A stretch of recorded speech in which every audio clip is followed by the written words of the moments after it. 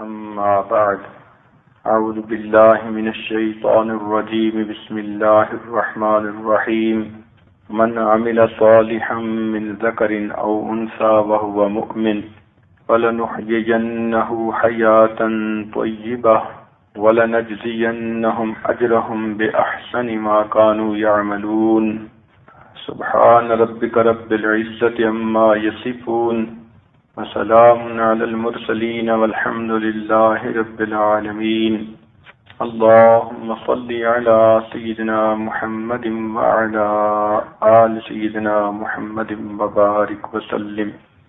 انسانی زندگی کی ابتدا ماں کے بطن سے ہوتی ہے۔ بچہ ماں کے پیٹ سے پیدا ہو کر دنیا میں آتا ہے، اسی لیے ماں کی گود کو بچے کا پہلا مدرسہ کہا جاتا ہے۔ آئندہ کے ایک دو بیانات عورت کی تعلیم کی ضرورت، عورت بچوں کی تربیت کیسے کرے، اس عنوان پر رہیں گے۔ امید ہے کہ سب مستورات توجہ سے سنیں گی، اہم نکات کو لکھ کر محفوظ کریں گی اور ان باتوں کو عملی جامہ پہنائیں گی تاکہ اس سے ان کو دینی دنیاوی سب فوائد حاصل ہو سکیں۔ فارسی کا ایک شعر ہے، خشت اول چون عہد میں مار کج تا سریا میربت دیوار کج۔ جب کوئی مستری کسی دیوار کی پہلی اینٹ ہی ٹیڑھی رکھ دیتا ہے تو وہ دیوار آسمانوں تک اونچی چلی جائے، اس کا ٹیڑھا پن بڑھتا چلا جاتا ہے۔ بالکل اسی طرح اگر کسی ماں کے اپنی زندگی میں دینداری نہیں اور وہ بچے کی پرورش کر رہی ہے تو وہ بچے میں دین کی محبت کیسے پیدا کر پائے گی؟ اس لیے اس پہلی اینٹ کو ٹھیک کرنے کی ضرورت ہے۔ ماؤں کی گود کو دینی گود بنانے کی ضرورت ہے۔ آج بچیاں اپنی عمر کی وجہ سے ماں بن جاتی ہیں، لیکن دینی تعلیم نہ ہونے کی وجہ سے ان کو یہ نہیں پتا ہوتا کہ مجھے کیا کرنا ہے۔ وہ ماں کے مقام سے واقف نہیں ہوتی، ماں کی ذمہ داریوں سے واقف نہیں ہوتی۔ بیچاری اپنی عقل سمجھ سے جو بہتر سمجھتی ہے وہی کرتی رہتی ہے۔ کتنا اچھا ہوتا کہ اس کو دین کی تعلیم ہوتی، قرآن اور حدیث کے علوم اس کے سامنے ہوتے، اللہ والوں کی زندگیوں کے حالات اس کو معلوم ہوتے، قدم قدم پر یہ بچے کو اچھی ہدایات دیتی، نصیحتیں کرتی، دعائیں دیتی۔ اس کی محبت بھری باتیں بچے کی زندگی میں نکھر کر سامنے آ جاتی۔ اس لیے عورتوں کو دینی تعلیم دینا انتہائی ضروری ہے۔ یہ آج اس پہلے بھی کئی مرتبہ کہہ چکا کہ اگر کسی انسان کے دو بچے ہوں، ایک بیٹا اور ایک بیٹی، اور اس کی حیثیت اتنی ہو کہ دو میں سے ایک کو تعلیم دلوا سکے تو اس کو چاہیے کہ بیٹی کو تعلیم پہلے دلوائے، اس لیے کہ مرد پڑھا فرد پڑھا، عورت پڑھی خاندان پڑھا۔ آج کل کے مردوں میں ایک بات عام مشہور ہے کہ جی حدیث پاک میں آیا ہے عورتیں عقل اور دین میں ناقص ہوتی ہیں۔ یہ بات 100% ٹھیک ہے۔ اس کی وجہ یہ کہ ان کی عقل میں جذباتیت زیادہ ہوتی ہے، ذرا سی بات پہ بھڑک اٹھتی ہیں، محسوس جلدی کر لیتی ہیں، نرم بھی جلدی پڑ جاتی ہیں، گرم بھی جلدی ہو جاتی ہیں۔ تو یہ عقل کی افراط و تفریط، کمی بیشی، یہ عقل کا نقص ہے۔ دوسرا، اپنے جذبات پہ قابو نہیں رکھ پاتی، جذبات میں آ جائیں تو دین کی باتوں کو بھی ٹھکرا بیٹھتی ہیں۔ اس لیے فرمایا کہ ان میں عقل اور دین کی کمی ہے۔ ویسے اگر یہ کسی کام کرنے پہ تل جائیں تو ماشاء اللہ کر کے دکھا دیا کرتی ہیں۔ حدیث پاک میں ہے، ما رأیت من ناقصات عقل و دین اذهب للب الرجل الحازم من احداکن، کہ عورتوں کو عقل اور دین کے جیسا ناقص نہیں دیکھا، لیکن یہ ایسی ناقصات ہیں کہ بڑے بڑے عقل مند مردوں کے عقل کو اڑا دیتی ہیں۔ اس لیے یہ بات تجربے میں آئی کہ عورتیں جب کسی چیز کو منوانے پہ تل جائیں، یہ ضد کریں ہٹ دھرمی کریں یا خاوند کو پیار محبت کی گولی کھلائیں، خاوند کو مجبور کر کے اپنی بات منوا لیتی ہیں۔ تو جب دنیا کی باتیں یہ منوا لیتی ہیں تو دین کی تعلیم حاصل کرنے کی بات کیوں نہیں منوا سکتی؟ اس میں غلطی مردوں اور عورتوں دونوں کی طرف سے ہے۔ بعض گھروں کے مرد چاہتے ہیں عورتیں دین میں آگے بڑھیں، مگر عورتوں کے دل میں شیطانیت غالب ہوتی ہے، رسم و رواج کی محبت ہوتی ہے، وہ آگے قدم نہیں بڑھاتی اور دیندارانہ زندگی گزارنے پہ آمادہ نہیں ہوتی۔ اور کئی گھروں میں عورتیں دیندار ہوتی ہیں، وہ چاہتی ہیں کہ ہمارے مرد نیک بن جائیں، مردوں کی عقل سے پردے پڑ چکے ہوتے ہیں، وہ سنی انسنی کر دیتے ہیں ان کی باتیں، بیچاری رو رو کے ان کو سمجھاتی ہیں کہ یوں نہ کرو، یہ گناہ نہ کرو، یہ گناہ نہ کرو، مگر یہ توجہ بھی نہیں کرتے۔ تو ایسے مردوں کی وجہ سے گھر کی عورتوں کے دین میں بھی رکاوٹیں آ جاتی ہیں۔ تو کسی گھر میں عورت رکاوٹ بنتی ہے، کسی گھر میں مرد رکاوٹ بنتا ہے۔ تاہم ان رکاوٹوں کو دور کرنے کی ضرورت ہے۔ مردوں میں جہاں دینداری کا شوق ہوتا ہے، اسی طرح عورتوں میں بھی دینداری کا شوق ہوتا ہے۔ ان کے اندر روحانی ترقی کرنے کی خاصیت اور صلاحیت موجود ہوتی ہے۔ اگر ان کے دل میں اللہ رب العزت کی معرفت کو حاصل کرنے کا شوق آ جائے تو راتوں کی عبادت ان کے لیے مشکل نہیں، تہجد کی پابندی ان کے لیے مشکل نہیں، 5 وقت کی نماز کا اہتمام ان کے لیے مشکل نہیں۔ اس عاجز کو ایک مرتبہ واشنگٹن اسٹیٹ میں جانا ہوا۔ ایک نئی مسلمان عورت کچھ سوالات پوچھنے کے لیے آئی۔ پردے کے پیچھے بیٹھ کر اس نے پوچھا کہ میں پہلے یہودن تھی، پھر مسلمان بنی، تو چند سوالات اس نے پوچھے جس کے جوابات اس کو دے دیے۔ اس جگہ کی مسلمان عورتیں اس کی بڑی تعریفیں کرتی تھیں۔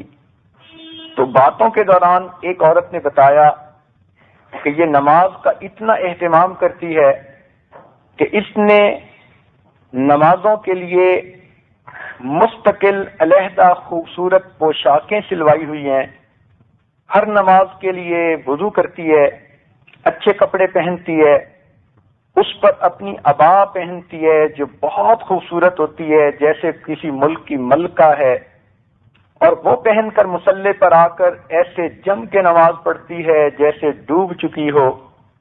عورتیں کہتی ہیں کہ ہم تو اس کو دیکھ دیکھ کر حیران ہوتی ہیں۔ تو گفتگو کے دوران میں نے اس عورت سے پوچھا کہ آپ نماز کا جو یہ اہتمام کرتی ہیں اس کی کوئی خاص وجہ؟ اس نے کہا میں نے قرآن مجید میں پڑھا اللہ تعالیٰ نے مردوں کے لیے حکم فرمایا خذوا زینتکم عند کل مسجد، تم اگر مسجد میں آؤ تو زینت اختیار کر کے آؤ۔ میں سمجھ گئی کہ وہ چاہتے ہیں کہ مصلی پہ میرے سامنے جو ہاتھ باندھ کر کھڑا ہو اس نے صاف ستھرے کپڑے پہنے ہوئے ہوں۔ اور دنیا کا بھی دستور ہے کہ جب کسی دفتر میں کسی افسر کے سامنے کوئی پیش ہوتا ہے تو اچھے لباس میں جاتا ہے۔ تو کہنے لگی میں تو احکم الحاکمین کے سامنے کھڑی ہوتی ہوں، اس لیے میں پوشاک پہن کے حاضر ہوتی ہوں کہ میرے مولا اسے پسند کرتے ہیں۔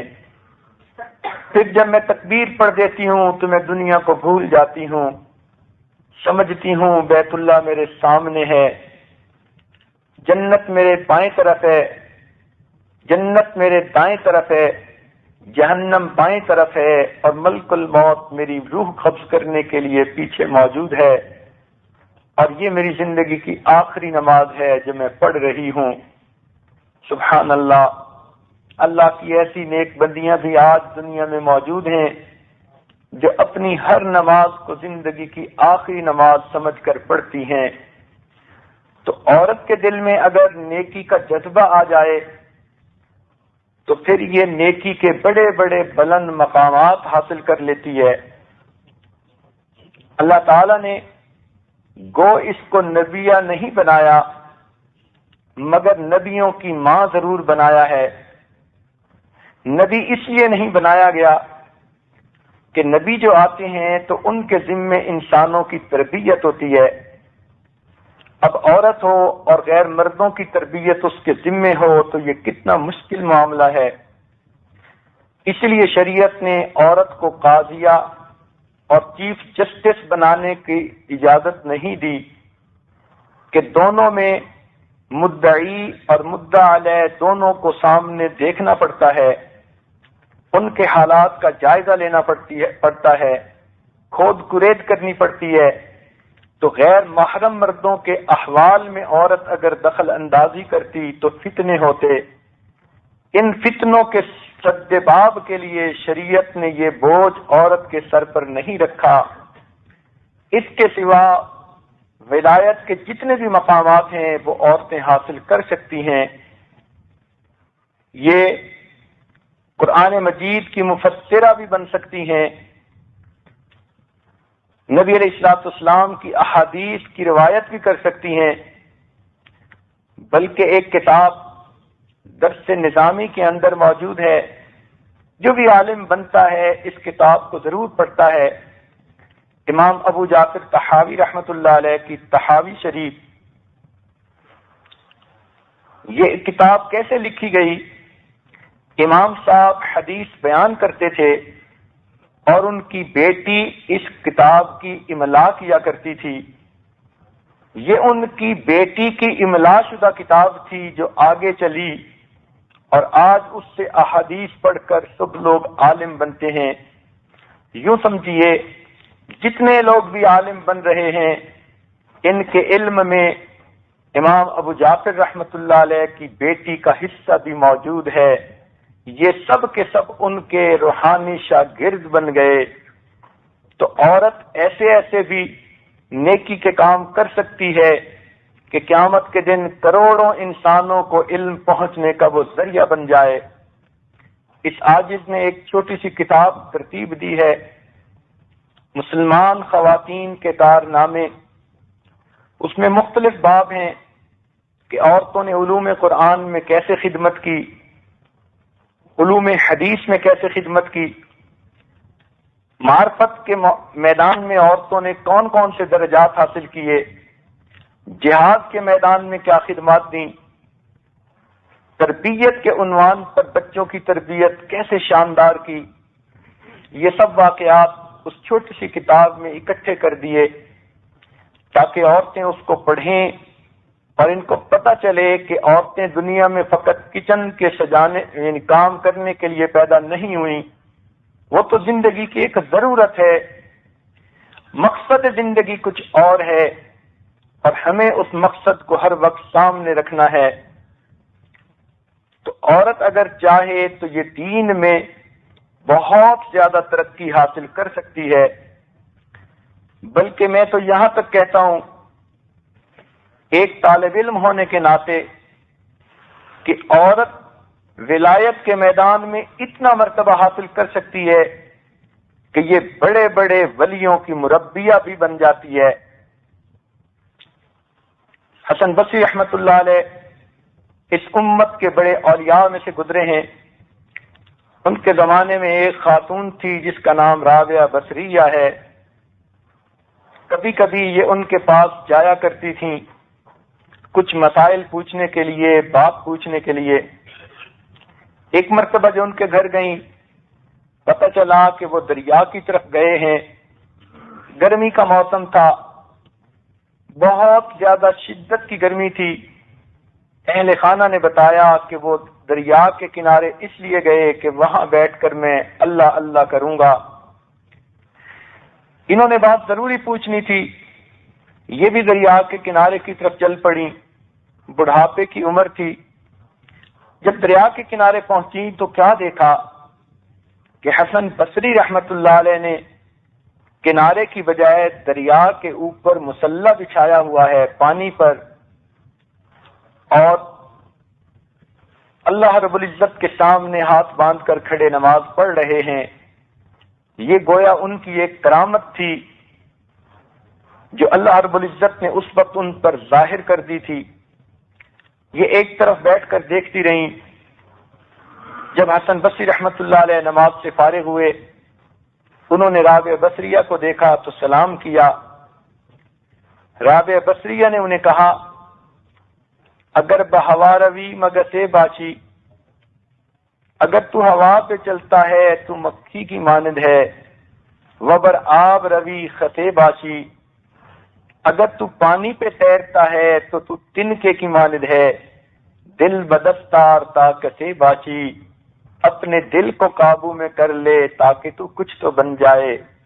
حسن بصری رحمت اللہ علیہ نے اقرار کیا کہ واقعی مجھ سے غلطی ہوئی، مجھے ایسا نہیں کرنا چاہیے تھا۔ تو دیکھیے اتنے بڑے ایک ولی کو اتنا پیارا مشورہ کس نے دیا؟ ایک عورت نے دیا جو خود ولایت کے مقامات کی معرفت حاصل کر چکی تھی۔ اس سے اور بڑی مثال سن لیجئے، سیدہ عائشہ صدیقہ رضی اللہ تعالی عنہ پوری امت کی استاد ہیں، محسنہ ہیں، والدہ ہیں، محبوب خدا ہیں۔ ان کے امت پر اتنے احسانات ہیں کہ ہم حیران ہوتے ہیں۔ چنانچہ ایک حدیث پاک میں آتا ہے، نبی علیہ الصلوۃ والسلام نے ارشاد فرمایا کہ جس کے 3 بچے ہوئے اور وہ فوت ہو گئے، قیامت کے دن یہ 3 بچے اس کی شفاعت کریں گے اور اس بچے کو اور اس اپنے والدین کو اپنے ساتھ لے کر جنت میں جائیں گے۔ سیدہ عائشہ صدیقہ رضی اللہ عنہ نے یہ بات نبی علیہ السلام سے سنی، اگر وہ سن کر خاموش رہتی تو 3 بچوں کی شفاعت والی حدیث امت کو پہنچ جاتی، مگر وہ خاموش نہیں رہی۔ انہوں نے آگے سے سوال پوچھا، اتنی خوبصورت بات کہی کہ امت کے لیے انہوں نے آسانیاں کر دیں۔ پوچھنے لگیں، اے اللہ کے محبوب، اگر کسی کے 2 بچے بچپن میں فوت ہوئے اور وہ قبرستان میں پہنچے تو اس کا کیا ہوگا؟ نبی علیہ السلام نے فرمایا، وہ بھی اس کی شفاعت کریں گے اور وہ والدین کو جنت میں لے کر جائیں گے۔ اس پر وہ خاموش نہیں ہوئی، اگلا سوال پوچھا، اے اللہ کے محبوب، اگر کسی کا 1 بچہ ہو، بچہ تو بچہ ہوتا ہے، پیارا ہوتا ہے، اگر وہ بچپن میں جدا ہو کے قبرستان پہنچ گیا تو وہ والدین کی شفاعت نہیں کرے گا؟ نبی علیہ السلام نے فرمایا، وہ بھی شفاعت کرے گا اور اپنے والدین کو لے کر جنت میں جائے گا۔ جب یہ بات پوچھ لی تو بات مکمل ہو گئی تھی۔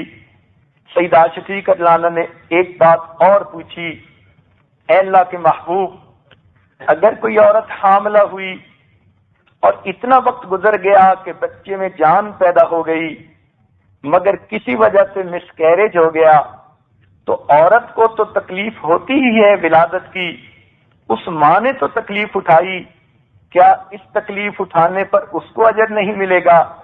نبی علیہ السلام نے فرمایا، اگر اس قسم کا بچہ بھی جس میں زندگی پیدا ہو چکی تھی قبرستان میں پہنچ گیا، وہ بھی شفاعت کرے گا اور اپنی ماں کو لے کر جنت میں چلا جائے گا۔ اب یہ دیکھیے ان کا کتنا بڑا احسان ہے۔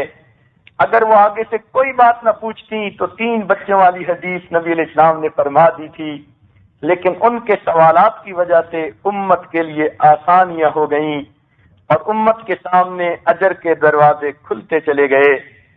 تو اس سے معلوم ہوا کہ عائشہ صدیقہ رضی اللہ تعالی عنہا امت کی محسنہ ہیں۔ ویسے بھی حضرت عبداللہ ابن عباس رضی اللہ تعالی عنہ امام المفسرین کہلاتے ہیں اور یہ سیدہ عائشہ صدیقہ رضی اللہ تعالی عنہا کے شاگرد تھے، پڑھنے میں بیٹھ کر ان سے تفسیر کے نکات پوچھا کرتے تھے۔ یہی نہیں کہ صحابہ کرام تک یہ سلسلہ رہا، بلکہ بعد کے اولیاء میں بھی ایسی باخدا عورتیں گزریں جنہوں نے اپنے بچوں کی تربیت کی اور ان کو معرفت کی باتیں سکھائیں۔ امام غزالی رحمت اللہ علیہ 2 بھائی تھے، ایک کا نام محمد تھا، ایک کا نام احمد تھا۔ محمد غزالی اور احمد غزالی دونوں بھائی بڑے نیک تھے، مگر ایک کا رجحان علم کی طرف زیادہ تھا اور دوسرے کا رجحان ذکر کی طرف زیادہ تھا۔ جن کو ہم امام محمد غزالی رحمت اللہ علیہ کہتے ہیں، یہ عالم تھے اپنے وقت کے بہت بڑے واعظ خطیب تھے، اپنے وقت کے قاضی تھے، ایک بڑی مسجد کے امام بھی تھے۔ ان کے چھوٹے بھائی احمد غزالی ذکر و شغل میں لگے رہتے، اور ان کی عادت تھی کہ وہ مسجد میں جا کر نماز پڑھنے کی بجائے اپنی نماز خلوت میں پڑھ لیا کرتے تھے۔ ایک دن امام غزالی رحمت اللہ علیہ نے والدہ سے عرض کیا، اماں، لوگ مجھ پر اعتراض کرتے ہیں تیرا سگا بھائی تیرے پیچھے نماز نہیں پڑھتا اور اپنی علیحدہ پڑھ لیتا ہے، آخر کیا بات ہے؟ تو آپ بھائی سے کہیں کہ الگ پڑھنے کی بجائے میرے پیچھے جماعت سے پڑھ لیا کرے۔ ماں نے چھوٹے بیٹے کو بلایا، بیٹے تم اب بڑے بھائی کے پیچھے نماز پڑھ لیا کرو۔ کہنے لگے امی میں پڑھوں گا۔ چنانچہ اگلی نماز میں امام غزالی رحمت اللہ علیہ نے امامت کروائی، اور احمد غزالی رحمت اللہ علیہ نے ان کے پیچھے نیت باندھ لی، ایک رکعت نماز پڑھ لی۔ جب دوسری رکعت میں کھڑے ہوئے تو احمد غزالی رحمت اللہ علیہ نے نماز کی نیت توڑ دی اور جماعت میں سے نکل کر علیحدہ آ کر نماز پڑھی، گھر آ گئے۔ اب نماز کے بعد لوگوں نے امام غزالی پر اور اعتراضات کیے کہ تیرے بھائی نے تو ایک رکعت پڑھی اور دوسری رکعت نماز توڑ کر چلے گئے۔ امام غزالی بڑے مغموم ہوئے، پریشان ہوئے، پھر آ کر والدہ کی خدمت میں عرض کیا، اماں اس بھائی نے تو ایک رکعت پڑھی پھر نماز توڑ کے آ گیا اور زیادہ میری بے عزتی کروا دی۔ ماں نے بلا کر پوچھا، بیٹے تو نے یہ کیا کام کر دکھایا؟ بیٹے نے کہا، امی جب تک یہ اللہ کی نماز پڑھ رہے تھے میں ان کے پیچھے کھڑا تھا، جب یہ اللہ کی نماز پڑھنے کی بجائے اور چیزوں میں مشغول ہو گئے تو میں نے نماز توڑ دی۔ اور کس چیز میں مشغول ہو گئے؟ امی انہی سے پوچھو۔ ماں نے پوچھا، محمد غزالی معاملہ کیا ہے؟ امام غزالی رحمت اللہ علیہ کی آنکھوں میں سے آنسو آ گئے۔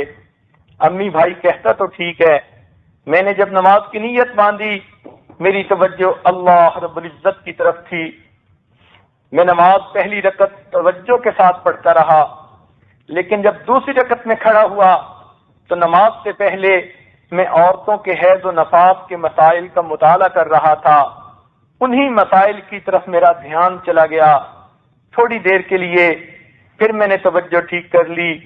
تو جب یہ بات انہوں نے کی تو ماں نے ٹھنڈی سانس لی۔ دونوں بیٹے حیران ہوئے، اماں آپ ٹھنڈی سانس کیوں لے رہی ہیں؟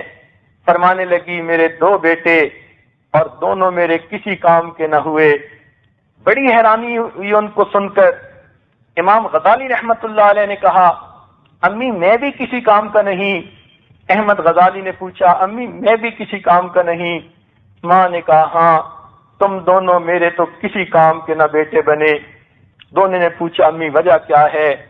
ماں نے کہا، ایک آگے نماز پڑھانے کھڑا ہوا تو وہ عورتوں کے حیض و نفاس کے بارے میں سوچ رہا تھا، اور دوسرا اس کے پیچھے کھڑا ہوا وہ بھی خدا کی طرف متوجہ ہونے کے بجائے بھائی کے قلب میں کھڑا جھانک رہا تھا۔ دونوں میں سے کسی کی توجہ اللہ کی طرف نہیں تھی، تو میرے تو بیٹوں میں سے دونوں میں سے کوئی بھی کام کا نہ بنا۔ سوچنے کی بات ہے کہ جب عورت معرفت کا علم حاصل کرتی ہے تو اتنی بلندیوں کو پا لیتی ہے کہ بڑے بڑے ولیوں کی تربیت کرتی ہے اور ان کو معرفت کے نکات سمجھا دیتی ہے۔ اللہ رب العزت نے عورت کے اندر بڑی غیر معمولی صلاحیتیں رکھی ہیں۔ عام طور پر کہتے ہیں کہ عورت کے اندر جلد بازی ہوتی ہے، لیکن اگر اس کو علم آ جائے، تربیت ہو جائے تو اس کے اندر بڑی تحمل مزاجی بھی پیدا ہو جاتی ہے، صبر بھی پیدا ہو جاتا ہے۔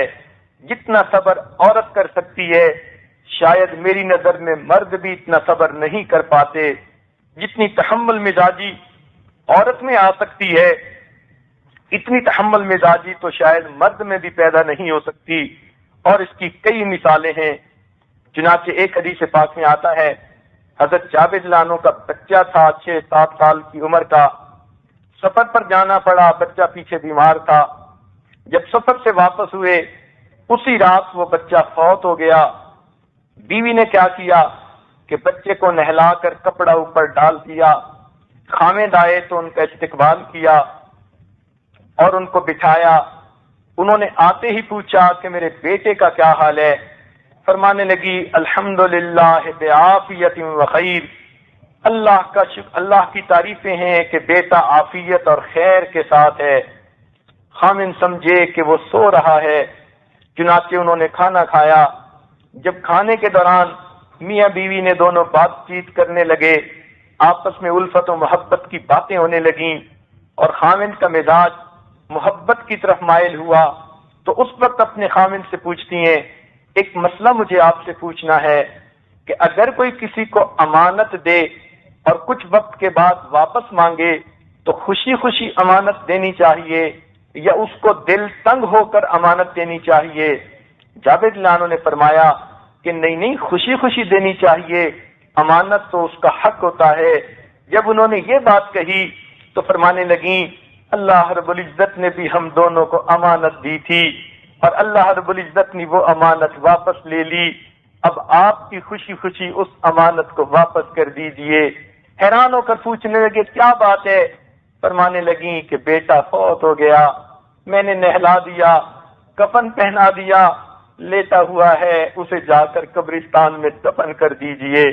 سوچنے کی بات ہے، عورت کے اندر صبر کا پہاڑ آ گیا، علم نے اس کو اتنے پہاڑ کی طرح استقامت عطا فرما دی۔ آج کی عورتیں ہوتی رو رو کے حال برا کیا ہوتا، خاوند آتا بیوی کو دیکھ کے اس کو بھی رونا پڑ جاتا، کوہرام مچا ہوتا، مگر وہ عورتیں بات کو سمجھتی تھیں۔ انہوں نے یہ سوچا میرا خاوند پردیس سے آ رہا ہے، آتے ہی اسے یہ خبر ملے گی تو صدمہ پہنچے گا، تو اپنے خاوند کو میں صدمے سے بچا لوں۔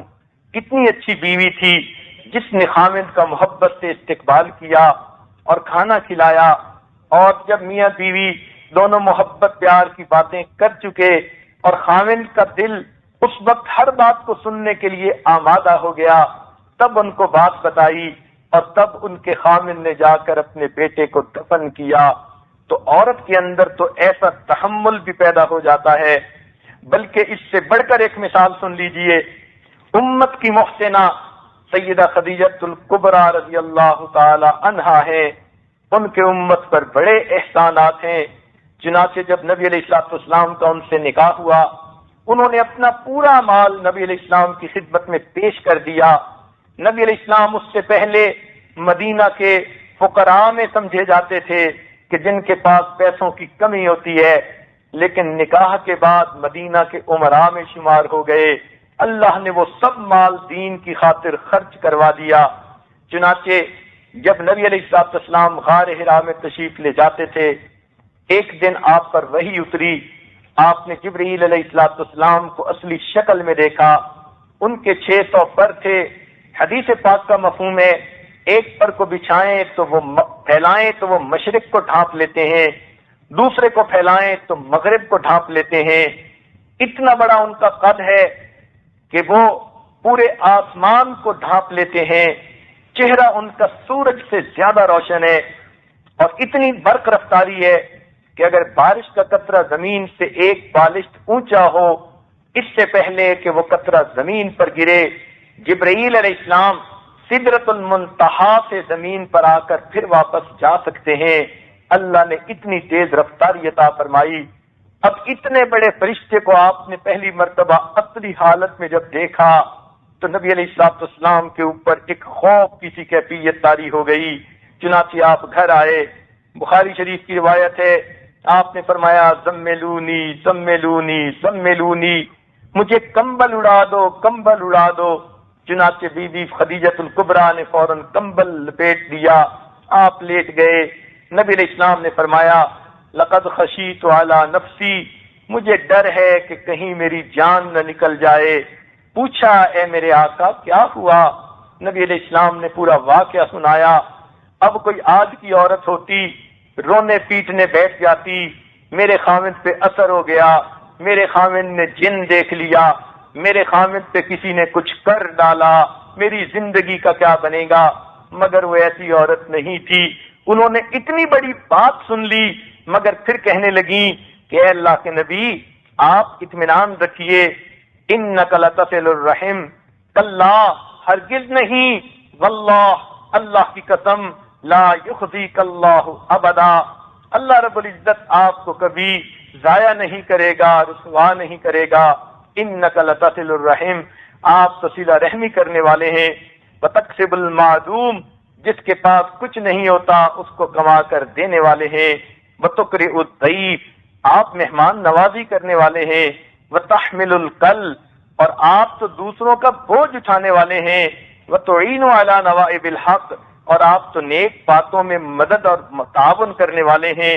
چنانچہ ان الفاظ سے نبی علیہ السلام کو تسلی دی۔ آج کون بیوی ہے جس کا خاوند پریشان ہو اور وہ خاوند کی اچھی صفات گنوا کر کہیں کہ آپ کے اندر یہ اچھی باتیں ہیں، اللہ آپ کی مدد کریں گے۔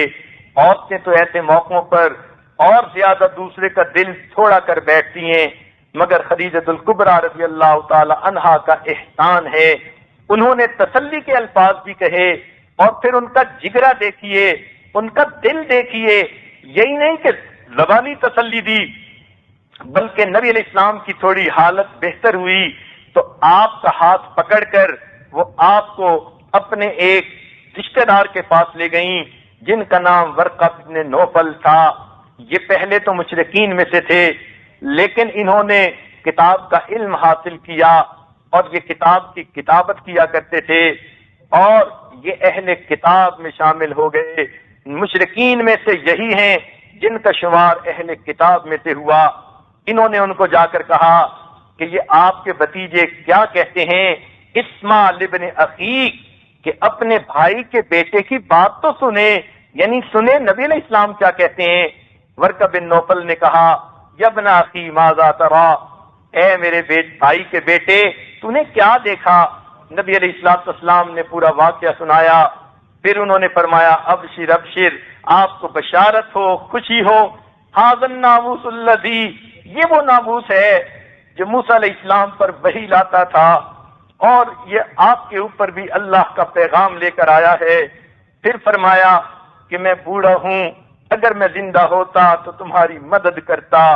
سبحان اللہ، سیدہ خدیجہ الکبریٰ کا پوری امت پر احسان دیکھیے، انہوں نے زبان سے بھی تسلی دی اور اپنے عمل سے بھی انہوں نے ایسے شخص کے پاس آپ کو پہنچایا جنہوں نے پورے معاملے کو کھول کر رکھ دیا۔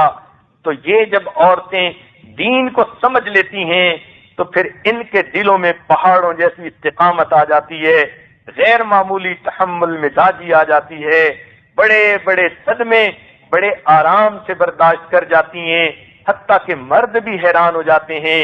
یہ سب برکتیں دین داری کی ہیں، علم دین کی ہیں، اور اگر علم اور دین سے یہ بیچاری محروم ہوں تو ان کا کیا قصور، پھر تو یہ تھوڑ دلی ہوتی ہیں، بیچاری چھوٹی چھوٹی مکڑیوں سے ڈرتی ہیں اور کبھی کبھی تو صرف دروازہ کھٹک جائے آندھی سے تب بھی ڈر پڑتی ہیں۔ ان کا دل اتنا چھوٹا ہوتا ہے، اس لیے ان کو دین کا علم سکھانا اور دیندار بنانا انتہائی ضروری ہے۔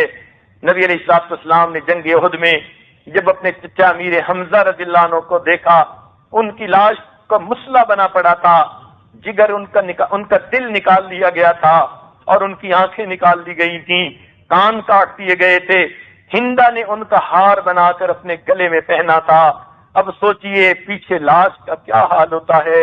نبی علیہ السلام نے دیکھا تو آپ بہت آزردہ ہوئے، آنکھوں میں سے آنسو نکل آئے اور آپ نے اس وقت پابندی لگا دی کہ میری پھوپھی حمزہ رضی اللہ عنہ کی بہن وہ ان کو دیکھنے کے لیے آئے گی دوسری عورتوں کی طرح، تو ایسا نہ ہو کہ وہ دیکھے اسے صدمہ پہنچے، اس لیے ان کو روک دینا۔ چنانچہ جب ہر گھر کی عورتیں اپنے اپنے مردوں کو دیکھنے کے لیے کہ ان کو نہلائیں دفنائیں آ گئیں تو اس وقت آپ کی پھوپھی جو تھیں وہ بھی آ گئیں، مگر صحابہ نے روک دیا کہ نبی علیہ السلام نے منع فرما دیا ہے، آپ اپنے بھائی کی لاش کو نہیں دیکھ سکتی۔ انہوں نے پوچھا کہ نبی علیہ السلام آپ نے کیوں منع فرما دیا؟ آپ نے فرمایا کہ تم اس کی لاش کو دیکھنے کا حوصلہ نہ رکھو گی۔ پوچھنے لگیں اے اللہ کے نبی، میں اپنے بھائی کی لاش پہ رونے کے لیے نہیں آئی، میں تو اپنے بھائی کو مبارکباد دینے کے لیے آئی ہوں۔ جب نبی علیہ السلام نے یہ الفاظ سنے فرمایا اچھا پھر تمہیں دیکھنے کی اجازت ہے۔ سوچئے کتنا بڑا دل کر لیا کہ میں تو اپنے بھائی کو مبارک دینے کے لیے آئی ہوں، تو یہ صبر تحمل ان عورتوں میں آ جاتا ہے۔ یہی نہیں کہ پہلے زمانے کی عورتوں میں تھا، آج بھی جو دیندار عورتیں ہیں ان کے دل میں ایسی استقامت ہوتی ہے۔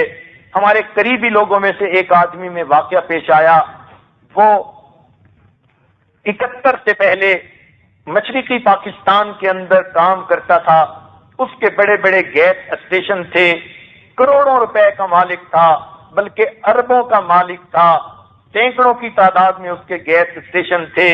اللہ کی شان دیکھیے، اتنا مال پیس والا تھا کہ اس کا ایک کام کرنے والا اس کے 2 لاکھ روپے چوری کر کے بھاگ گیا۔ اس نے اس کے خلاف کوئی ایکشن نہ لیا۔ کچھ عرصے کے بعد وہ پھر واپس آ گیا، رونے دھونے لگا، مجھ سے غلطی ہو گئی۔ اس نے وہ 2 لاکھ بھی معاف کر دیے اور اس کو نوکری پر بھی بحال کر دیا۔ سوچئے کہ وہ کتنا بڑا کاروبار اور مال رکھنے والا بندہ ہوگا جس کو پرواہ ہی نہیں تھی 2 لاکھ روپے کی۔ اتنا کچھ اس کی مال جائیداد تھی، لیکن جب جنگ میں ڈھاکہ فال ہوا تو یہ اس حال میں کراچی میں اترا کہ اس کے بیوی کے سر پر فقط دوپٹہ تھا، دونوں کی جیبیں خالی تھیں، کچھ ہاتھ میں نہیں تھا، سب کچھ وہاں چھوڑ آیا۔ اب کراچی میں ان کے ایک بھائی تھے، ان کے گھر آ کر ٹھہرے، وہ خود یہ واقعہ سناتے تھے کہ جب میں آیا تو مجھے یقین نہیں آتا تھا کہ میں زندہ ہوں، میں کروڑوں اربوں پتی انسان اور آج ایک پیسہ بھی میرے پاس نہیں، میں کس سے مانگوں گا، میں کیسے زندگی گزاروں گا۔ کہنے لگے کہ قریب تھا میرا نروس بریک ڈاؤن ہو جائے، مگر بیوی نیک تھی، دیندار تھی، پہچان گئی کہ میرے خاوند کے اوپر یہ حالات آ گئے۔ چنانچہ جب ہم کھانے کے دسترخوان پر بیٹھتے، میرے بھائی ان کے بچے بھی ہوتے، تو میری بیوی یہ واقعہ چھیڑتی اور کہتی ہمارے اوپر اتنا بڑا صدمہ آیا، میں عورت ہوں، میں زیادہ گھبرا گئی ہوں، اور میرے خاوند کو تو اللہ نے پہاڑ جیسا دل دے دیا ہے، انہوں نے اس کو ہاتھوں کی میل بنا کے اتار دیا ہے، ان کو تو پرواہ ہی نہیں۔ کہنے لگے میں اندر دل سے خوف زدہ تھا، اور وہ ایسی باتیں کرتی کہ سن سن کر مجھے تسلی ہونے لگی کہ جب میری بیوی کو کوئی غم نہیں تو پھر میں کیوں اتنا پریشان ہو رہا ہوں، میں ڈپریشن کا شکار کیوں ہو رہا ہوں۔ چنانچہ بیوی ایسی باتیں کرتی، ان کا تو دل بہت بڑا ہے، انہوں نے تو اتنے مال کو ہاتھوں کی میل سمجھ لیا ہے، ان کو تو اللہ نے پہلے بھی بہت دیا، وہی پروردگار ہے، اب ان کو یہاں بھی بہت دے دے گا، یہ تو قسمت کے بادشاہ ہیں، قسمت کے دھنی ہیں۔ جب اس نے ایسی ایسی باتیں کی تو کہنے لگے میری طبیعت بحال ہو گئی۔ میں نے مشورہ کیا، ہم نے بھائی سے ادھار لے کر ایک ٹرک خریدا اور اس کو کرائے پر چلانا شروع کر دیا۔ میں نے محنت کی، میرے مولا نے میری مدد کی۔ کہنے لگا 5 سال کے بعد سینکڑوں ٹرکوں کی کمپنی کا میں پھر مالک بن گیا، آج پھر اربوں پتی بن کر زندگی گزار رہا ہوں، مگر میں اپنی بیوی کا احسان کبھی نہیں اتار سکتا جس نے اس حالت میں بھی مجھے سنبھال لیا۔ تو سچی بات یہ ہے، عورتوں کے اندر اگر دین کا علم ہو اور دینداری ہو تو وہ پھر بڑے بڑے صدمے اپنے دلوں پہ برداشت کر جاتی ہیں، حیران ہوتے ہیں، اتنی نازک ہوتی ہیں مگر لوہے کی طرح یہ اپنے اوپر سب بوجھ اٹھا جاتی ہیں اور اپنے دوسرے اہل خانہ کو پتہ بھی نہیں چلنے دیتی۔ سبحان اللہ، یہ اللہ رب العزت نے ان کے اندر صلاحیتیں رکھی ہیں۔ لیکن دیکھنے میں ایک بات آئی، یہ بھی کہتا چلوں کہ بعض عورتوں کی علمی اور اخلاقی ترقی میں ان کے مرد رکاوٹ بن جاتے ہیں۔ اس کی وجہ کیا ہوتی ہے کہ بعض مرد یہ سمجھتے ہیں کہ عورتوں کا کام تو بچے پالنا، گھر کے کام کرنا، خاوند کو خوش رکھنا، فقط یہی کچھ ہے، یہی کچھ ان کا دین ہے۔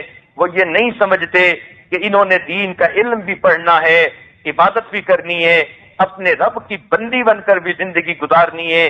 اسی غلط فہمی کی وجہ سے ایسے مرد اپنی عورتوں کو دین کی تعلیم نہیں دلوا دے، بس واجبی سا قرآن مجید پڑھا دیا، چند مسائل بہشتی زیور کے سکھلا دیے اور زیادہ نہیں پڑھنے دیتے، حالانکہ عورتوں میں علم کی صلاحیت زیادہ ہوتی ہے، وہ اگر چاہیں تو بخاری شریف تک کی تعلیم حاصل کر سکتی ہیں، مگر گھر کے مرد ان کی اجازت نہیں دیتے۔ بعض تو ایسے ہیں کہ مختلف جگہوں پہ دینی مجالسوں ان میں جانے کی اجازت نہیں دیتے، تو سوچئے ایسے مرد عورتوں کی ترقی میں رکاوٹ بن جاتے ہیں، ہر وقت ان کو گھر کے کاموں میں لگائے رکھتے ہیں۔ سنیے حدیث پاک میں آتا ہے کلکم راعین وکلکم مسئول عن رعیتہ، تم میں سے ہر ایک راعی ہے اور ہر ایک سے اس کی رعیت کے بارے میں پوچھا جائے گا۔ تو خامن سے بیوی بچوں کے بارے میں پوچھا جائے گا اور بیوی سے بچوں کے بارے میں پوچھا جائے گا، ہر ایک سے اس کے ماتحتوں کے بارے میں پوچھا جائے گا۔ تو کل ان مردوں کو جب جواب دینا پڑے گا کہ تمہاری عورتوں کو تو پاکی ناپاکی کے مسائل کا بھی پتہ نہیں تھا، ان کو تو فرائض و واجبات کا بھی صحیح پتہ نہیں تھا، نماز کے مسائل کا پتہ نہیں تھا، اور وہ تو عبادت میں کوتاہیاں کرتی تھیں، بتاؤ تم نے ان کو دین کی تعلیم کیوں نہ دلوائی؟ معلوم نہیں کیا جواب اللہ کے سامنے پیش کر پائیں گے، یا پھر اس وقت اللہ کے عتاب کا سبب بنیں گے۔ اس لیے ضروری ہے ہم گھر کی عورتوں کو محبت و پیار کے ساتھ دین کی تعلیم کی طرف مائل کریں۔ اگر ان کے اپنے دل نہیں بھی چاہتے، عورتوں کی فطرت ہے، پیار سے اگر منوا لو تو پہاڑ سے بھی چھلانگ لگا جائیں گی، اور اگر غصے سے بات کرو تو قدم بھی نہیں اٹھائیں گی۔ پیار سے زیادہ بہتر چیز ان کے لیے اور کچھ بھی نہیں، اور یہی چیز حدیث پاک میں سے ملتی ہے۔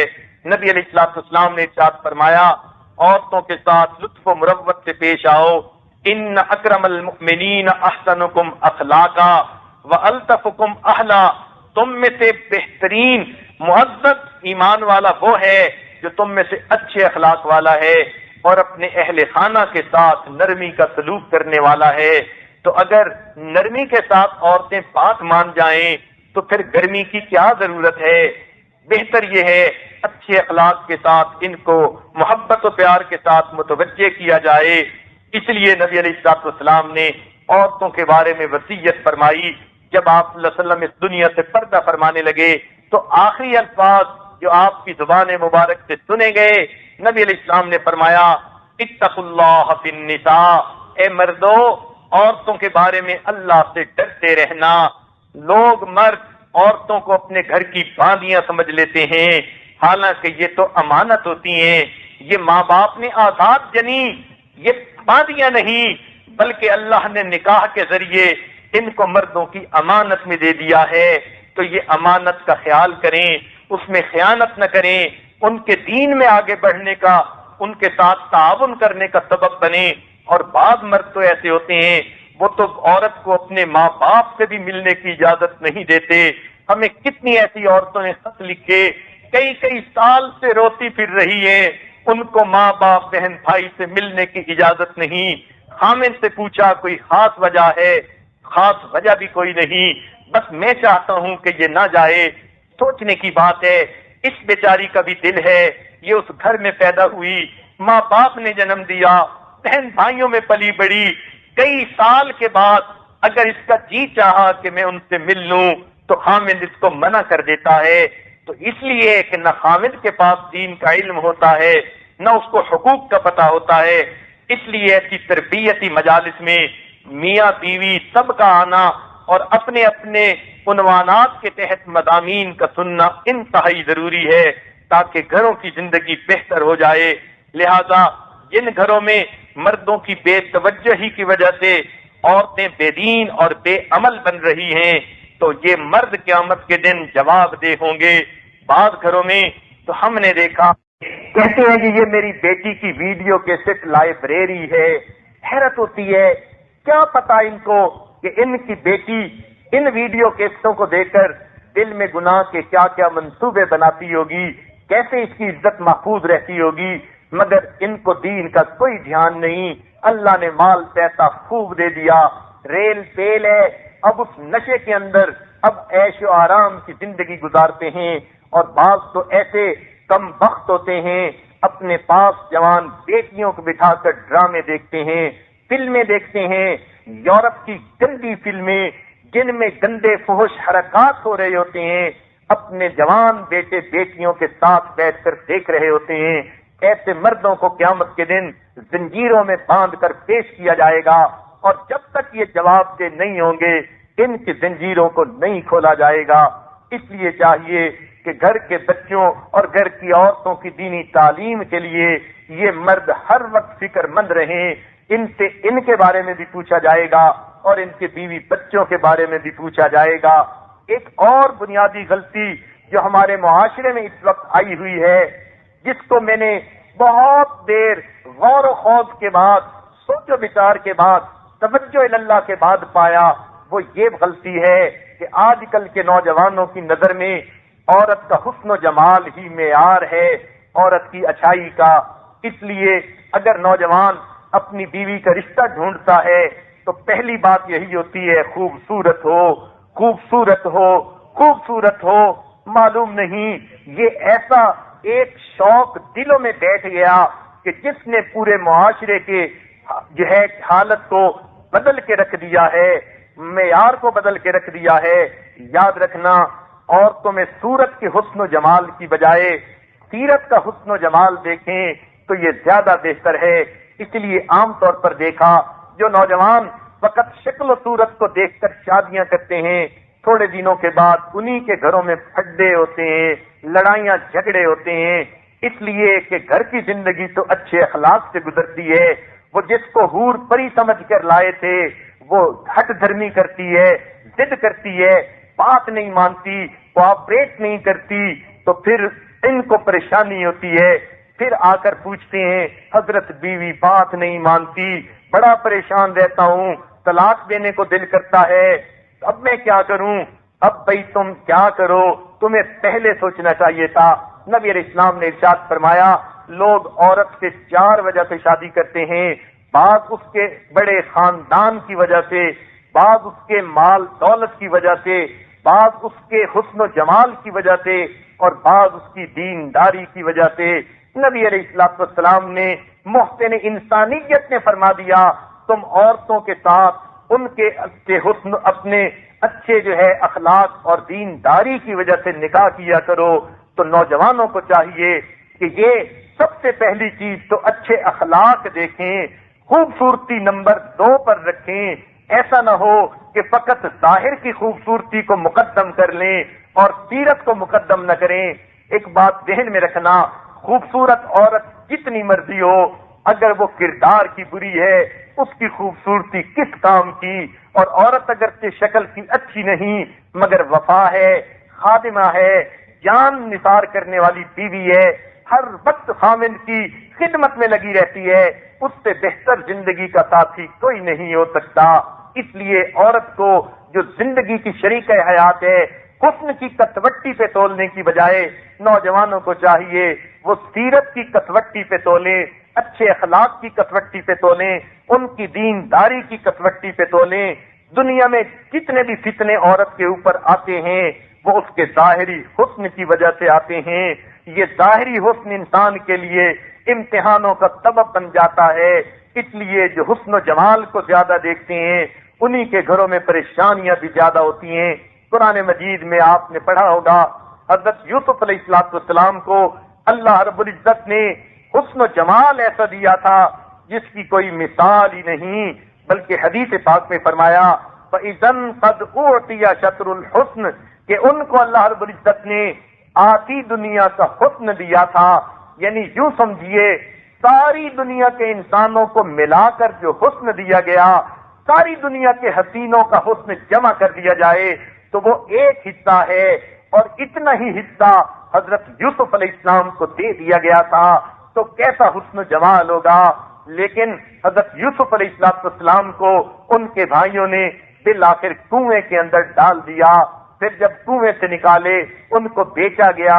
قرآن مجید کی آیت ہے وَشَرَوْهُ بِثَمَنٍ بَخْسٍ دَرَاهِمَ مَعْدُودَةٍ ان کو بیچا گیا چند کھوٹے سکوں کے بدلے میں. عجیب بات ہے، نکتے کی بات ہے، ذرا دل کے کانوں سے سنیے گا. یوسف علیہ السلام کا حسن تو مادری تھا، مادر ذات تھا، ماں کے پیٹ سے حسین پیدا ہوئے تھے، لیکن نمٹ حسن تھا. اس وقت تک ان کو علم نہیں ملا تھا، حکمت نہیں ملی تھی. علم اور حکمت تو جوان ہو کر ملی. فلما بلغ اشدہ آتیناہ حکما وعلما وہ تو بھرپور جوانی کی عمر میں ملی. بچپن میں ان کے پاس فقط حسن تھا، تو حسن ظاہری کی قیمت اللہ کی نظر میں دیکھیے، اللہ فرماتے ہیں وَشَرَوْهُ بِثَمَنٍ بَخْسٍ دَرَاهِمَ مَعْدُودَةٍ، ان کو چند کھوٹے سکوں کے بدلے بیچ دیا۔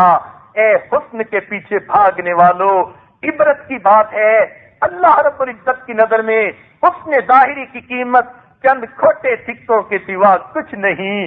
تم کس متاع کے پیچھے بھاگتے پھرتے ہو؟ تم نے کس کی پوجا شروع کر دی؟ تم کس کے دیوانے بن گئے؟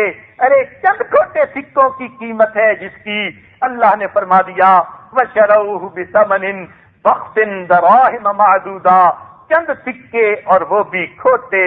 اس لیے ظاہری حسن اللہ رب العزت کی نظر میں کوئی حیثیت نہیں رکھتا۔ اس لیے مسلمان مردوں کو چاہیے فقط حسن و جمال کی کسوٹی میں تولنے کی بجائے نقش نین ایسے ہوں، ہاتھ پاؤں ایسے ہوں، چہرہ ایسا ہو، ان چیزوں کو صرف کسوٹی بنانے کی بجائے پہلے تو یہ دیکھو انسانیت بھی اس میں ہے یا نہیں۔ ہونی تو وہ انسان چاہیے تاکہ اس کے اندر اچھے اخلاق ہوں، عقل کی اچھی ہو، اخلاق کی اچھی ہو، پھر شکل کی بھی اچھی ہو، تو نور و نلا نور ہے۔ مگر فقط حسن ظاہری کو کسوٹی بنا لینا یہ مردوں کی بہت بڑی خامی ہے۔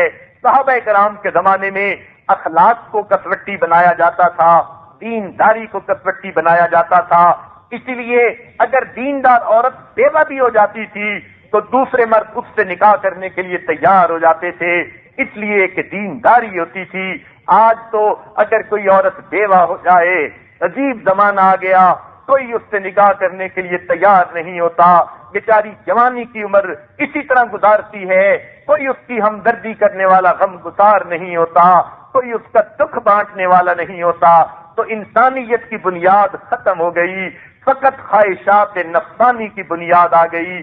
اس لیے مردوں کو چاہیے کیونکہ یہ فقط حسن ظاہری کو بنیاد بنانے کی بجائے انسان کے کردار کو بنیاد بنائیں، علم کو بنیاد بنائیں، اخلاق کو بنیاد بنائیں۔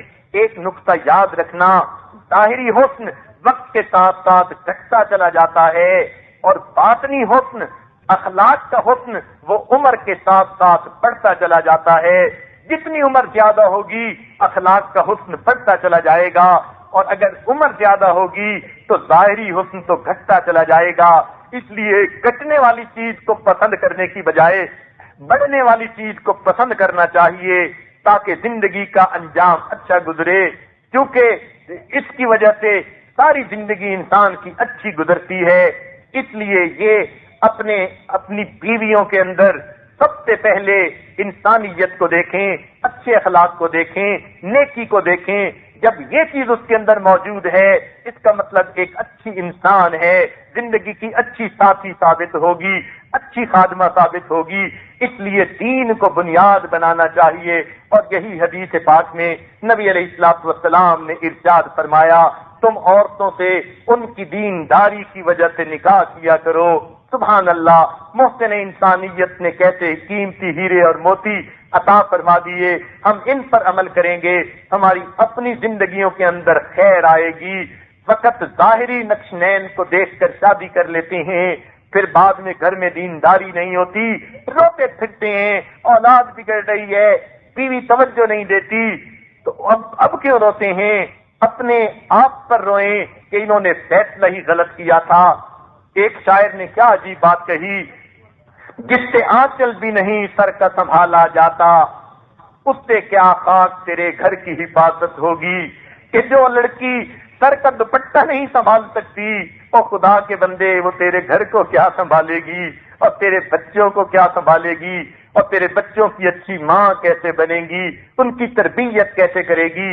اس لیے یہ بہت بڑی خامی آج کل کے نوجوانوں کے ذہن میں آ گئی، اور اس خامی کی پھر آگے نتیجہ یہ نکلتا ہے کہ چونکہ عورتوں کو ان کے ظاہری شکل و صورت کی وجہ سے پسند کیا جاتا ہے، بچیاں پیدا ہوتی ہیں، وہ بیچاریاں اپنے ظاہر کو آراستہ کرنے پہ لگی ہوتی ہیں، ان کی ہر وقت یہی سوچ ہوتی ہے میں کپڑے ایسے پہنوں کہ اچھی لگوں، میری آنکھیں اچھی لگیں، چہرہ اچھا لگے، ہاتھ اچھے لگے. بیچاریاں ہر وقت اسی سوچ میں رہتی ہیں، کیونکہ ان کو پتا ہوتا ہے کہ ہمیں زندگی کا ساتھی اسی معیار کی وجہ سے بنایا جائے گا. معلوم ہوا مردوں کی اس سوچ نے عورتوں کی زندگی کا رخ بدل دیا. اگر ان کو پتا ہوتا ہمیں ہماری دینداری کی وجہ سے جو ہے زندگی کا ساتھی بنایا جاتا تو یہ حدیث پڑھتی، یہ تفسیر پڑھتی، یہ اچھے اخلاق لیتی، یہ اپنی عزت و ناموس کی حفاظت کرتی، یہ باپردہ زندگی گزارتی، تہجد گزار بنتی، اللہ کی ولیہ بنتی، ان کو زندگی کا کوئی ساتھی بنا لیتا. مگر معیار ہی بدل گیا. معیار ظاہری خوبصورتی ہے، لہذا بچیوں کو دیکھا بیچاری پیدا ہوتی ہیں تو اس وقت سے یہ بچیاں بس اسی سوچ میں ہوتی ہیں کوئی ایسا صورت اختیار کریں ہم دیکھنے والوں کو اچھی لگ سکیں، اور یہی چیز بالآخر ان کو بے پردگی پہ بھی آمادہ کر دیتی ہیں. اور جن کو اللہ نے کچھ شکل اچھی دے دی وہ تو خوشی خوشی بے پردہ پھرتی ہے. لوگ مجھے دیکھیں گے سوچیں گے کہ یہ کتنی خوبصورت ہے. دیکھیے بے پردگی بھی اسی کی وجہ سے ہوئی، فیشن پرستی بھی اسی کی وجہ سے ہوئی، اور عورت کی دین سے دوری بھی اسی کی وجہ سے ہوئی کہ مردوں نے کسوٹی کیا بنا لی کہ عورت کو خوبصورت ہونا چاہیے. تو خوبصورت کی بجائے سب سے پہلے خوب سیرت ہونا چاہیے، اس کے اندر نیکی ہونی چاہیے، اچھے اخلاق ہونے چاہیے. اگر مرد اپنی زندگی کی ترتیب کو یہ بدل لیں اور نیک سیرت بیوی کو ڈھونڈنا شروع کر دیں تو دیکھنا یہ عورتیں جو آج فیشنیبل کہلاتی ہیں یہ سب سے بڑی تہجد گزار بن جائیں گی، نیکوکار بن جائیں گی، اور ماحول کے اندر نیکی آ جائے گی. اللہ رب العزت ہمیں نیکی پر زندگی گزارنے کی توفیق عطا فرما دے. دنیا میں انسان کو جو عزتیں ملتی ہیں وہ حسن و جمال سے نہیں ملتی، وہ تو اخلاق کی وجہ سے ملتی ہیں. اس لیے حضرت یوسف علیہ السلام کو حسن کی وجہ سے قید خانے میں جانا پڑا تھا. دیکھا مصیبتیں آئیں کہ نہیں، 9 سال قید خانے میں رہے، آزمائشوں سے گزرنا پڑا. حسن ظاہری کی وجہ سے ان کے اوپر اتنی بڑی مصیبت آئی. 9 سال تنہا ہیں، نہ کوئی رشتہ دار، نہ بہن بھائی، نہ ماں باپ، نہ کوئی اور ہے، کوئی پرسان حال نہیں، اور 9 سال قید کے اندر تنہائی کی زندگی گزاری. یہ قید تنہائی کوئی معمولی بات نہیں ہوتی، مگر یوسف علیہ السلام نے اس کو برداشت کیا. یہ سب حسن ظاہری کی وجہ سے تھا. پھر اس کے بعد اللہ رب العزت نے ان کو تخت و تاج عطا فرمایا، اور جب تخت و تاج ملا سنیے قرآن پاک کی آیت کیا ہے. فرمایا کہ آپ نے یہ کہا اجعلنی علی خزائن الارض انی حفیظ علیم، مجھے خزانوں کا والی بنا دیجئے کہ میں اچھا محافظ ہوں اور علم والا ہوں، مجھے پتا ہے کہ خزانے کو کیسے رکھنا چاہیے. آپ نے یہ تو نہیں کہا اجعلنی علی خزائن الارض انی حسین جمیل، میں بڑا حسین اور بڑا جمیل ہوں، مجھے اس لیے خوبصورتی کی بنیاد پر آپ خزانے دے دیجئے. معلوم ہوا خزانے جو بنے وہ حسن و جمال کی وجہ سے نہیں ملے بلکہ ان کو فضل و کمال کی وجہ سے ملے. اس لیے چاہیے کہ ہم حسن کو معیار بنانے کی بجائے جو مٹنے والی چیز ہے، جو سائے کی مانند چیز ہے، جوانی میں جو لڑکی حور پری کی طرح خوبصورت ہوتی ہے بڑھاپے میں اس کا چہرہ شعارے کی طرح بن جاتا ہے، دیکھنے کو بھی دل نہیں کرتا. ایسے زائل ہونے والے حسن کے پیچھے کیا بھاگنا. اس لیے چاہیے ہم سیرت کو دیکھیں. سیرت عمر کے ساتھ ساتھ اور اچھی بڑھتی ہے. عمر جتنی زیادہ ہوتی ہے انسان کے اخلاق اور بہتر ہو جاتے ہیں. پائیدار چیز کو معیار بنانے کی ضرورت ہے. اس لیے اگر آج یہ چیز معیار بن جائے دیکھنا ہمارے ماحول میں کتنی نیکی آ جائے گی. ہاں اگر اللہ رب العزت کسی کو دینداری کے ساتھ ساتھ خوبصورتی بھی عطا فرما دیں یہ نور علی نور ہے. ذالک فضل اللہ یؤتیہ من یشاء واللہ ذو الفضل العظیم. اس لیے ہمیں چاہیے کہ عورتوں کی دینداری کی زیادہ فکر کریں اور یہ بھی ذہن میں رکھیں کہ عورتیں اپنے دولت مند گھروں میں رہتے ہوئے بھی دیندار بن سکتی ہیں. بعض عورتوں کے ذہن میں یہ خیال ہوتا ہے کہ شاید غریب لوگوں کی بیٹیاں دین پڑھیں، ہم تو امیر ماں باپ کی بیٹیاں ہیں، اور ماں باپ بھی سوچتے ہیں ہم اپنی بیٹی کو کیمبرج میں پڑھائیں گے، ہم تو بیٹی کو لندن بھیجیں گے، فلاں جگہ بھیجیں گے، انگریزی کی تعلیم دلوائیں گے، اور دین کی تعلیم دلوانے کی اتنی رغبت نہیں ہوتی۔ یہ بھی بڑی غلط فہمی ہے۔ عورتیں بڑے بڑے دولت مند گھرانوں کے اندر رہ کر بھی بڑی تقوی اور پرہیزگاری کی زندگیاں گزار گئیں۔ کتنی مثالیں ہیں، زبیدہ خاتون کو دیکھیے، یہ وقت کی ملکہ تھی لیکن اتنی نیک دل تھی، اتنے اچھے اچھے کام کیے کہ جس کی وجہ سے آج تک نیک عورتوں میں اس کا شمار ہوتا ہے۔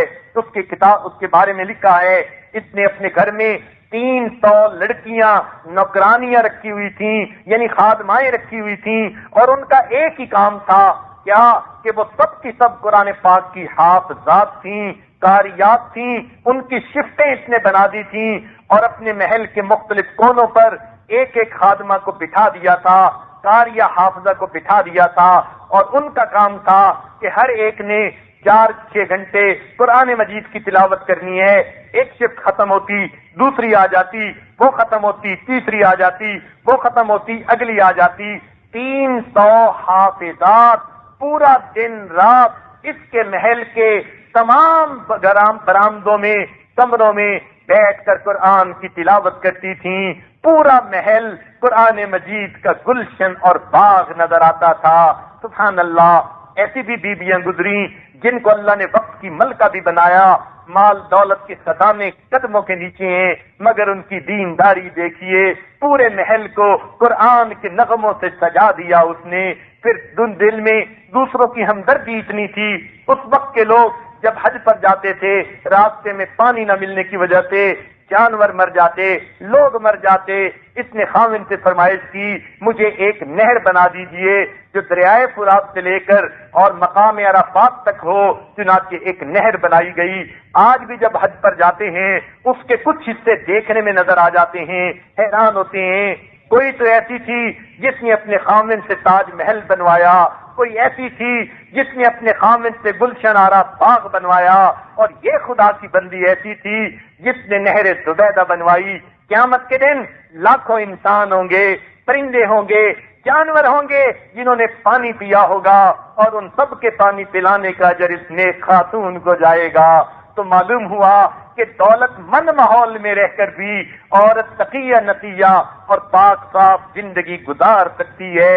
ایک اور واقعہ بھی سنتے جائیے کہ ایک امیر والی کابل گزرے ہیں جن کا نام تھا دوست محمد۔ ان کے بارے میں آتا ہے ایک مرتبہ دشمن نے حملہ کیا، انہوں نے بیٹے کو بھیجا کہ اپنی فوج کو لے کر جاؤ اور جا کر ان کے ساتھ جنگ کرو۔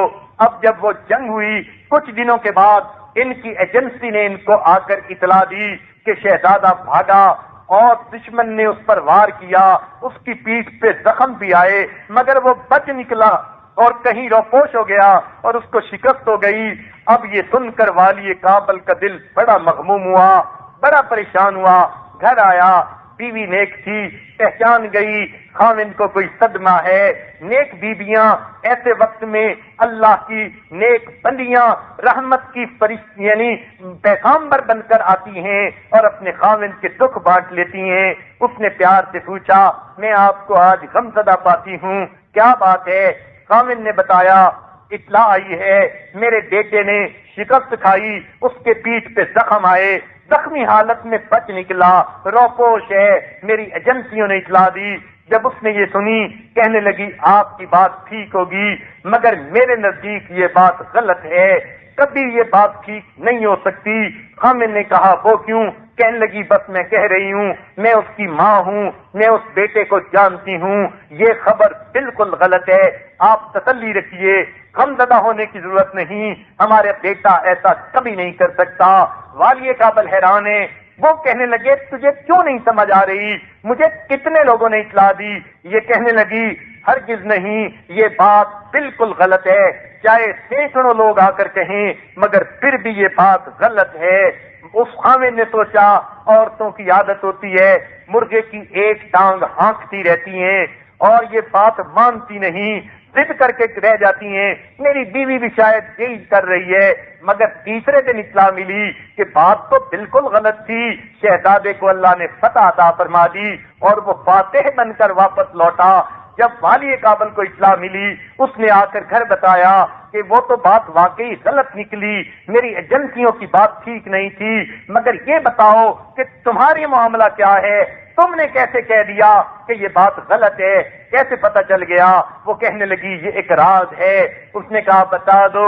کہنے لگی میں نے اپنے اور اللہ کے درمیان رکھا تھا، سوچا تھا کسی کو نہیں بتاؤں گی۔ کہنے لگا میں خاوند ہوں، مجھے ضرور بتا دو۔ کہنے لگی راز یہ ہے، جب یہ بچہ میرے پیٹ میں آیا، میں نے اس وقت سے کبھی کوئی مشتبہ لقمہ اپنے منہ میں نہیں ڈالا، اور جب بچے کی ولادت ہوئی میں نے نیت کر لی میں اس بچے کو ہمیشہ جو ہے باوضو دودھ پلاؤں گی۔ میں نے جب بھی بچے کو دودھ پلایا ہمیشہ باوضو ہو کر پلایا، میں نے کبھی بے وضو دودھ نہیں پلایا۔ اس کی برکت تھی جس کی وجہ سے بچے کے اندر بہادری آئی، اچھے اخلاق آئے۔ یہ کیسے ممکن ہے میرا بچہ شکست کھاتا، یہ شہید ہو سکتا تھا، یہ دشمن کے سامنے کٹ سکتا تھا، مگر پیٹ پھیر کے نہیں بھاگ سکتا تھا۔ وہ تو بزدلوں کا کام ہوتا ہے۔ اس لیے میں نے کہا اور اللہ نے میرے گمان کو سچا کر دیا۔ تو دیکھیے پہلے وقت کی ملکہ بھی ایسی نیک ہوتی تھیں، اپنے بیٹوں کو باوضو دودھ پلاتی تھیں، اور آج کل کی بچیوں کا تو یہ حال ہے، سینے سے لگا کے بچوں کو فیڈ دے رہی ہوتی ہیں اور سامنے ٹی وی پہ بیٹھ کے ڈرامے دیکھ رہی ہوتی ہیں، گانے سن رہی ہوتی ہیں، تھرکتے جسموں کو دیکھ رہی ہوتی ہیں۔ اے ماں، تو اب بچے کو دودھ جو پلاتی ہے، سوچ کہ تیرا بیٹا بڑا ہو کر امام غزالی کیسے بنے گا، عبد القادر جیلانی کیسے بنے گا۔ تو نے تو بچپن میں ہی اس کی روحانیت کا گلا گھونٹ کے رکھ دیا کہ ایسی حالت میں دودھ پلایا، یہ دودھ اس کے اندر جا کر کیا فساد مچائے گا۔ اس لیے چاہیے ہم اپنے بچوں کی اچھی تربیت کریں۔ اس لیے انشاءاللہ آئندہ 2 دنوں کے اندر بچوں کی تربیت مائیں کیسے کریں، اسی عنوان پر کچھ باتیں عرض کی جائیں گی۔ تاہم بات یہ چل رہی تھی کہ عورتوں کو دین کی تعلیم دلوائی جائے، ان بیچاریوں کو دین کی طرف متوجہ کیا جائے۔ اگر مرد ان کو ترغیب نہیں دیں گے، ان کو فضائل نہیں سنائیں گے، تو یہ تو اپنے کپڑے جوتی میں مست رہیں گی۔ ان کی سوچ یہیں تک ہے، یہ اسی میں رہتی ہیں۔ بلکہ اللہ نے قرآن میں فرما دیا أَوَمَن يُنَشَّأُ فِي الْحِلْيَةِ وَهُوَ فِي الْخِصَامِ غَيْرُ مُبِينٍ، یہ بیچاریاں تو بس سونے کے کھیلنوں میں ہی پلتی ہیں اور اسی میں ان کی زندگی گزرتی ہے۔ اور بات تو سچی ہے کہ بیٹی بیچاری دودھ پینا چھوڑتی ہے تو ماں باپ اس کے کان میں سوراخ کروا دیتے ہیں کہ اس میں ہم بالیاں ڈالیں گے۔ ذرا بڑی ہوتی ہے ناک پلوا دیتے ہیں، اس میں ہم لونگ ڈال دیں گے سونے کا۔ ذرا بڑی ہوتی ہے گلے میں جو ہے ایک لاکٹ ڈال دیا جاتا ہے، یعنی سونے کا توق ڈال دیتے ہیں۔ اور ذرا بڑی ہوتی ہے تو ہاتھوں میں چوڑیاں یعنی سونے کی ہتھکڑیاں ڈال دیتی ہیں۔ اور ذرا بڑی ہو جاتی ہے، شادی کی عمر کی ہو گئی تو پاؤں میں جو ہے وہ سونے کا زیور، پاؤں میں سونے کی بیڑیاں ڈال دی جاتی ہیں۔ یہ بیچاری سونے چاندی کی قیدی ہے۔ بچپن سے جوانی تک ماں باپ نے سونے میں اس کو قید کر دیا، اس لیے اس کے دل میں سونے کی محبت ہوتی ہے، مال کی محبت ہوتی ہے، سونے کی اس کی طبیعت ایسی بن جاتی ہے کہ بیچاری کو ہر وقت انہی آرائش کی فکر رہتی ہے اور اپنے سونے چاندی کی فکر رہتی ہے۔ بلکہ بعض عورتوں میں سونے چاندی کی رغبت اتنی ہوتی ہے، زیور پہننے کا شوق ایسے ہوتا ہے، اگر ان کو کہا جائے کہ تمہارے پورے جسم کے اندر ہم کیلیں ٹھونک دیں گے مگر کیلیں سونے کی ہوں گی، اسی وقت تیار ہو جائیں گی، کہنے لگیں گی جلدی کرو، آپ نے جو کہا تھا پورا کرو۔ بیچاری پورے جسم میں سونے کی کیلیں ٹھکوا لیں گی۔ ان کی تو حالت یہ ہو جاتی ہے۔ اس لیے مردوں کو چاہیے ان کو ظاہری آرائش کے اوپر لگانے کی بجائے ان کو دین کے اوپر لگائیں، ان کے سامنے بات کو کھولیں، یہ دیندار بنے، اپنے رب کی نظر میں نیک بن کر، اپنے رب کی نظر میں اچھی بن کر زندگی گزاریں تاکہ قیامت کے دن کی عزت ان کو نصیب ہو جائے۔ آج تو بچی پیدا ہوتی ہے، ماں اس دن سے سوچنا شروع کر دیتی ہے میں نے بچی کا جہیز بنانا ہے، ایک دن آئے گا بچی کو لینے والے آئیں گے، میری بچی اچھا جہیز لے کر جائے۔ اے ماں، تو بچی کے بارے میں ابھی سے سوچ رہی ہے، جس کو ابھی دودھ پیتی بچی ہے، جس کو ابھی رخصت ہونے میں 20 سال لگیں گے کہ اس کا جہیز بنے گا، ایسا نہ ہو جہیز تیار نہ ہو اور بچی کی رخصتی کے وقت بچی کو پریشانی ہو۔ تجھے اپنی اس بیٹی کی فکر ہے جو بھی کھلونوں میں کھیلتی پھر رہی ہے، تجھے اپنی فکر نہیں۔ تو نے بھی اللہ کے سامنے پیش ہونا ہے اور تیرا نیکیوں کا جہیز بھی اللہ کے سامنے کھولا جائے گا۔ اگر اس میں کچھ نہ ہوا، ارے تیری بیٹی کو شرمندگی کیا ہونی تھی، اس سے بڑھ کر شرمندگی تجھے ہوگی۔ تو اپنا جہیز تو پہلے تیار کر لے۔ ہر عورت کو 2 جہیز تیار کرنے پڑتے ہیں، ایک مال کا جہیز خامند کے لیے اور ایک نیکیوں کا جہیز پروردگار کے لیے۔ وہ خامند کے سامنے تھوڑا جہیز لے کر بھی پہنچی تو چلو کوئی بات نہیں، لیکن اگر پروردگار کے سامنے خالی ہاتھ پہنچی اور جہیز نیکیوں کا نہ ہوا تو کتنی شرمندگی ہوگی۔ اس دن پریشان کھڑی ہوگی، اکیلی ہوگی، نہ ماں ساتھ دے گی، نہ باپ ساتھ دے گا، نہ خامند ہوگا، نہ بیٹا ہوگا، نہ بھائی ہوگا، اکیلی کھڑی اس وقت پریشان پکار رہی ہوگی، رب ارجعون، اللہ مجھے مہلت دے دے، میں واپس جاؤں گی اور جا کر نیک زندگی گزاروں گی۔ فرمائیں گے کلا، ہرگز نہیں، ہرگز نہیں، تجھے مہلت دی تھی، تو نے دنیا کے کھیل تماشے میں گزار دی، رسم و رواج میں گزار دی، آج تو میرے پاس خالی ہاتھ آئی، آج دیکھ ہم تیرا کیا بندوبست کرتے ہیں۔ اس دن انسان پریشان ہوگا۔ لہذا ضرورت ہے ہم بچیوں کو نیکی سکھائیں، دین کی تعلیم دلوائیں تاکہ یہ بچیاں دیندار بن جائیں۔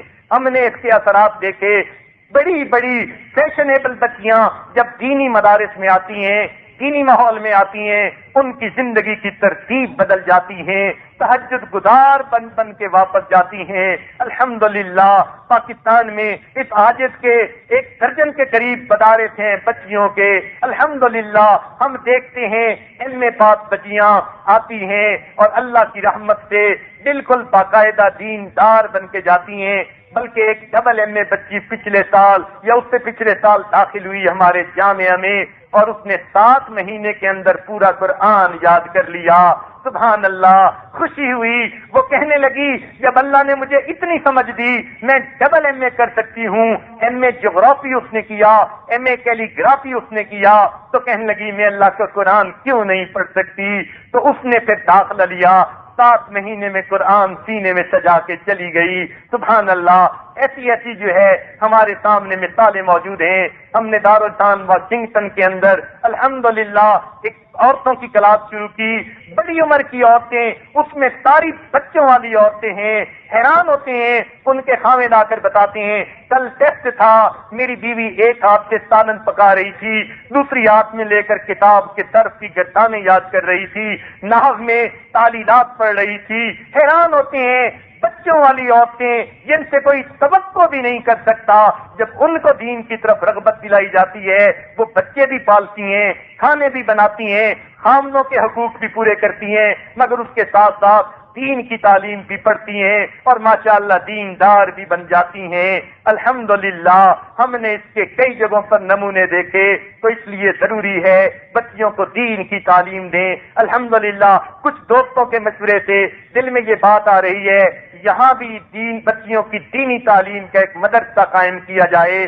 مکینی کے اطراف میں الحمدللہ چند جگہیں دیکھی ہیں، جامعہ زینب کے نام سے اگر اللہ کو منظور ہوا تو بخاری شریف تک کی تعلیم کا یہ مدرسہ ہوگا جس میں بچیوں کو دین سکھایا جائے، دین کی تربیت دی جائے، ان پر دین کا رنگ چڑھایا جائے تاکہ یہ بچیاں دیندار بن کر گھروں میں زندگی گزاریں، خود بھی جنت میں جائیں، اپنے خامدوں بچوں کو بھی لے کر جنت میں جائیں اور ماحول کے اندر بھی نیکی پھیلنے کا ذریعہ بن جائیں۔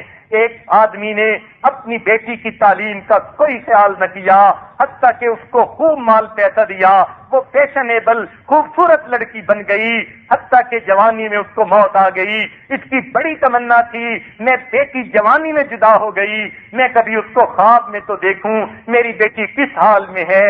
ایک دن اس نے خواب میں دیکھا اپنی بیٹی کے قبر سے کھڑا ہے، اچانک اس کی بیٹی کی قبر کھل گئی. کیا دیکھتا ہے کہ بیٹی بے لباس پڑی ہے. اس نے اپنے سطر کو چھپایا مگر اس کی تو حالت عجیب تھی. اس کا سر بالکل گنجا ہے اور اس کی شکل عجیب ہے. اس نے پوچھا بیٹی تیرا کیا حال؟ کہنے لگی ابو میں بے پردہ پھرتی تھی, جب یہاں قبر میں آئی تو میرے سر کو بہت بڑا بنا دیا گیا, پہاڑوں کی طرح میرا ہر بال بڑھ کے درخت کی طرح بنا دیا گیا جس کے شاخیں زمین میں دور تک پھیلی ہوتی ہیں. پھر فرشتے آئے اور انہوں نے میرے ایک ایک بال کو نوچا, اور جس طرح بڑھ کے درخت کو کھینچ لیں زمین میں گڑے پڑ جاتے ہیں, اب وہ ایک ایک بال کو نوچنے سے میرے سر کے اندر گڑے پڑ گئے, اس لیے میرے سر کی جلد بھی چلی گئی, فقط ہڈی ہے جو آپ دیکھ رہے ہیں. اس نے کہا بیٹے تمہارا چہرہ بھی وہ نہیں. کہنے لگی ابو آپ دیکھ رہے ہیں آپ کو میرے دانت نظر آ رہے ہیں, ہونٹ نہیں ہے. اس کی وجہ یہ تھی میرے ہونٹوں پہ سرخی لگی ہوئی تھی اور میں اسی طرح وضو کر کے نمازیں پڑھ لیتی تھی. فرشتے آئے اور انہوں نے کہا تو طہارت کا خیال نہیں کرتی تھی, تیرا غسل بھی نہیں ہوتا تھا. چنانچہ انہوں نے میری سرخی کو جو کھینچا, یہ سرخی چپک گئی تھی میرے ہونٹوں سے, سرخی کے ساتھ اوپر اور نیچے کے دونوں ہونٹ بھی کٹ گئے, اس لیے آپ کو میرے 32 دانت نظر آ رہے ہیں, ہونٹ اوپر نہیں ہے. باپ نے کہا بیٹی تیرے ہاتھوں کی انگلیاں زخمی نظر آتی ہیں. ابو میں ناخن پالش لگایا کرتی تھی. فرشتے آئے کہنے لگے تیرے اس ناخن پالش کی وجہ سے تیرا غسل نہیں ہوتا تھا, پاک نہیں ہوتی تھی, تیرے ناخن کو ہم کھینچیں گے. انہوں نے میرے ایک ایک ناخن کو کھینچا. ابو میرے ہاتھ پہ زخم ہے, میرے چہرے پہ زخم ہے, میرے سر پہ زخم ہے, میں بتا نہیں سکتی. آپ نے مجھے اتنی محبت دی تھی, میں نے جو خواہش کی ابو پوری کر دی. مجھے اتنی محبت دی, میں تو غم پریشانی کو جانتی نہیں تھی. شہزادیوں کی طرح آپ نے پالا. کاش ابو آپ مجھ پر احسان کرتے, مجھے کچھ دین کی سمجھ بھی بتا دیتے, میں آج اس عذاب میں گرفتار نہ ہوتی. نہ میں خاوند کو بلا سکتی ہوں, نہ میں آپ کو پیغام بھیج سکتی ہوں, اکیلی یہاں پڑی ہوں. فرشتے آتے ہیں, ہاتھوں میں گرز ہوتے ہیں, میری پٹائی کرتے ہیں. ابو میرا دکھ بانٹنے والا کوئی نہیں. اس کی آنکھ کھل گئی. تب اس کو احساس ہوا کاش کہ میں اپنی بیٹی کو دین سکھاتا تاکہ میری بیٹی آگے جا کر جنتوں کی نعمتوں میں پل جاتی. تو جن بیٹیوں کو اتنے پیار محبت سے پالتے ہیں, ان کو اگر ہم دیندار نہیں بنائیں گے یہ جہنمی فرشتوں کے ہاتھوں میں جائیں گی اور ان کی گت بنے گی. اس لیے بہتر یہ ہے اپنی بیٹیوں کو ہم دین پڑھائیں, دیندار بنائیں, اپنی بیٹیوں اپنی بیویوں کو دیندار بنائیں, عورتوں کے دینی معاملات میں ان کا تعاون کریں, ان کو ترغیب دیں اور ان کو دین کی بنیاد پر زندگی کا ساتھی بنائیں تاکہ ماحول کے اندر دینداری آئے. عورتوں کو بھی چاہیے وہ خود بھی کوشش کریں, جب وہ مردوں سے دنیا کی باتیں منوا لیتی ہیں تو دین کی باتیں کیوں نہیں منوا سکتی. اب من حرامی کھجتا ڈھیر, من حرامی ہوتا ہے, بہانے بنا لیتی ہیں. اس لیے مردوں کو چاہیے اپنی ذمہ داریاں پوری کریں, عورتوں کو چاہیے اپنی ذمہ داریاں پوری کریں تاکہ ہم نیک بن کر زندگی گزاریں اور اپنے رب کے فرما بردار بندے بن جائیں. یہ رمضان مبارک کا آخری اشرا ہے, مغفرت کا اشرا ہے. ہم نے جو پیپر آپ کی خدمت میں پیش کیا جس میں گناہ کبیرہ لکھے ہیں اس کو عام کاغذ نہ سمجھنا. میری بہنوں بیٹیوں اور ماؤں, ان کو آپ اپنی تنہائی میں بیٹھ کر پڑھنا اور اپنے رب کو حاضر ناظر جان کر ان کے اوپر نشان لگانا. تنہائیوں میں رہ کر جو گناہ کیے اب تنہائیوں میں رو کر رب کو منانے کی ضرورت ہے. اپنے رب کے سامنے سجدے میں جا کے منانا, اپنے رب کو ہاتھ اٹھا کے دعائیں منانا, دامن پھیلا کے دعائیں منانا. اللہ تیرے در پہ ایک فقیر نہیں حاضر ہے, تیری رحمت کی طلبگار ہے. وہ پروردگار جو مردوں کو حکم دیتا ہے عورتوں کے ساتھ نرمی سے پیش آؤ, جب آپ دعا مانگیں گی وہ پروردگار آپ کے ساتھ کیوں نہیں نرمی فرمائیں گے. اس لیے رمضان کے اوقات کو غنیمت سمجھ لیجیے, اپنے گناہوں کو بخشوائیے اور آئندہ نیکوکاری کی زندگی کا دل میں ارادہ کر لیجیے. اللہ تعالی ہمارے آنے والے وقت کو گزرے وقت سے بہتر فرما دے. وآخر دعوانا